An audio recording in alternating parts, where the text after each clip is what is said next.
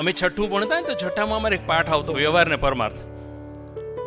એની અંદર એક સરસ નાનકડી વાત હતી, મને હજી સુધી એમને એની પાના સહિત યાદ છે કે એક મોચી હતો ને એક નાના બાળકના બૂટ સીવતો હતો.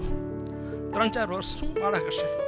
એના બૂટ સીવતા દિવસો નીકળી ગયા, 7, 8, 10 દિવસ કે 20 દિવસ એના બૂટ તૈયાર કર્યા. પછી અંદર હાથ નાખ્યો અને એને થયું કે નહીં, આ ચામડું તો કઠણ છે, આ બાળકને ખૂટશે.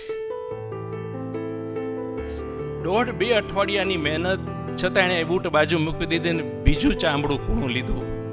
આ આપણી વાતનો પહેલો મુદ્દો છે કે આ જ જીવન જીવવાની કળા.